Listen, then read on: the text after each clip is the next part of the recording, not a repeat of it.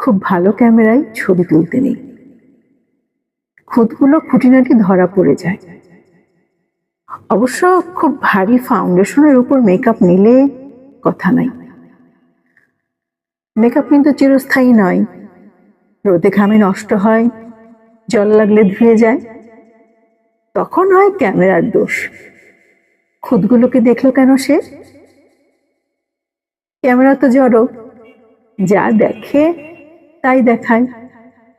হ্যাঁ, যদি পারো হাত লাগিয়ে ফোকাসটা ঝাপসা করে দিতে, তাহলে তার চোখ ঘোলা, সে আর ঠিকঠাক দেখে না।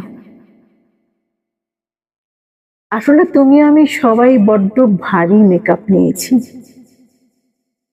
খুঁতগুলো ঢাকা পড়ে গেছে, ঢাকা পড়ে গেছে মুখটা।